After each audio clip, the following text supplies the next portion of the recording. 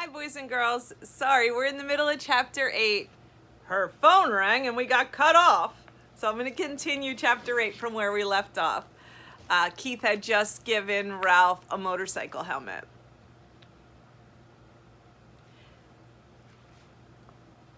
Ralph peered at Keith from under his new crash helmet, which rested lightly on his head.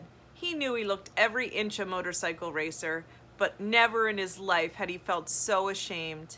He longed to crawl off into his hole and never face Keith again. But his conscience, which until now he did not know he had, would not let him. There was nothing to do but stand there in his fine new crash helmet and confess. "You might as well know," he told Keith. "I lost the motorcycle."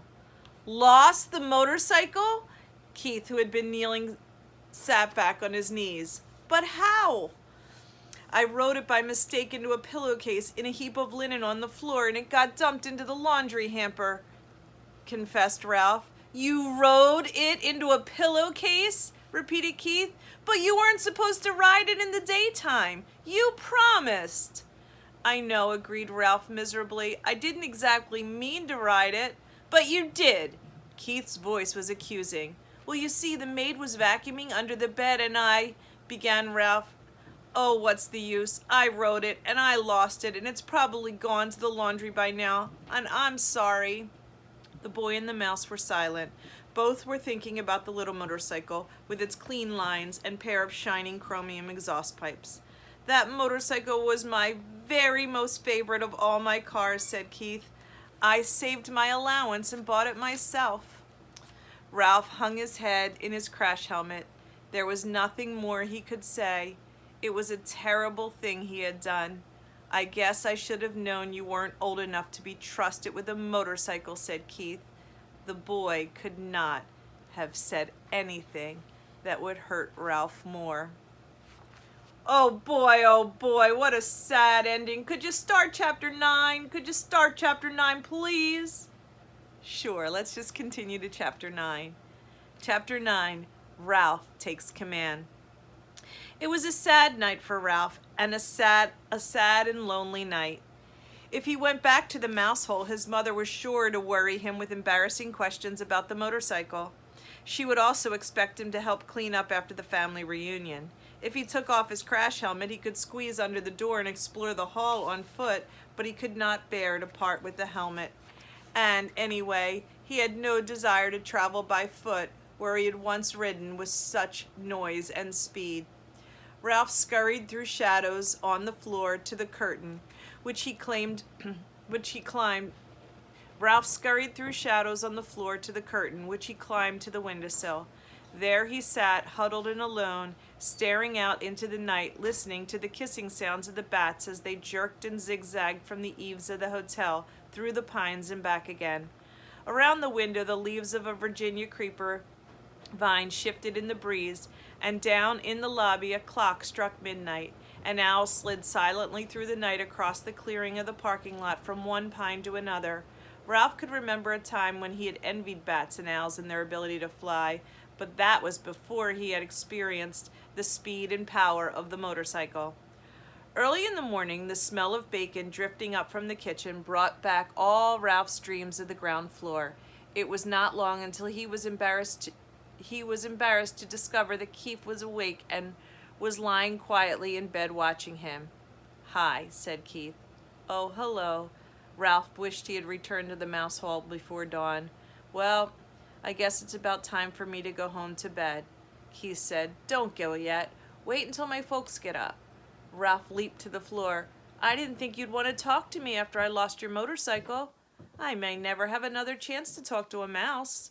Ralph was flattered. It had never occurred to him that a boy would consider talking to a mouse anything special. "What would you like for breakfast?" asked Keith. "Isn't that nice? Isn't that nice? He forgave him. He's still friends with him. I'm so glad about that. That's nice. That's good news."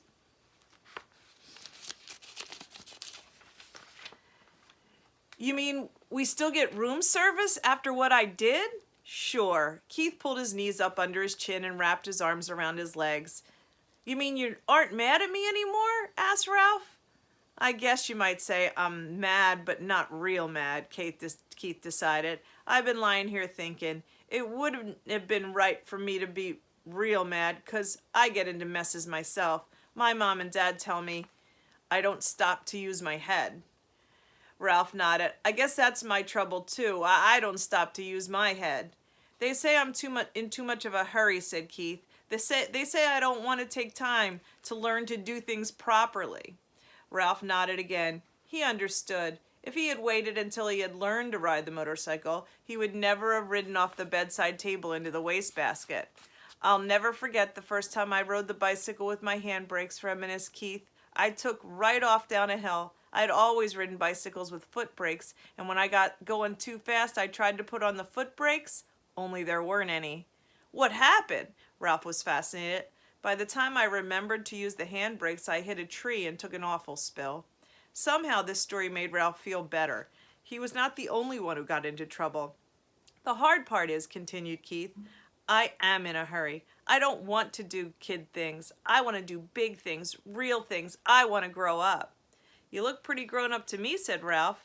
Maybe to a mouse, conceded Keith, but I want to look grown up to grown-ups.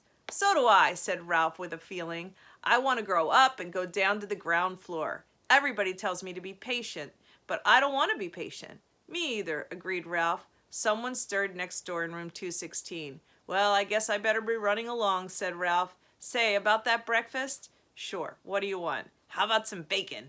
Suggested Ralph, remembering the fragrance that had floated up to the windowsill. And some toast? With jelly, agreed Ralph, and ran off to the mouse hole, eager to tell his family things were not so bad after all. They were still entitled to room service. But when Ralph reached the mouse hole, he found pandemonium. Pandemonium! That is craziness! His brothers and sisters and cousins were huddled together, squeaking with fright. His mother picked up a bunch of shredded Kleenex and put it down again, only to pick up another bunch, as if she did not know what to do with it. Uncle Lester and Aunt Dorothy were there, too, stuffing crumbs into their mouths as if they expected to never eat again. Dear me, Ralph's mother was saying, whatever shall we do? Oh, Ralph, there you are at last. Where on earth have you been? Never mind, we haven't time.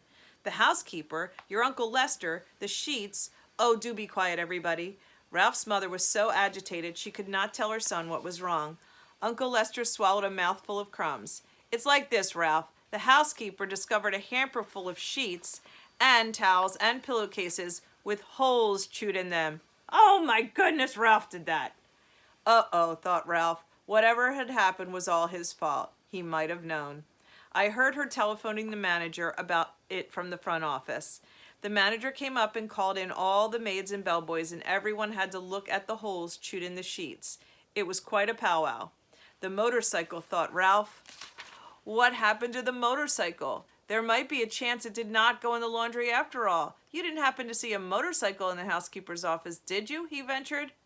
I was listening, not looking out, said Uncle Lester. I am not foolhardy like some people around here. Ralph, you know what this means, his mother managed to put herself together to say this much.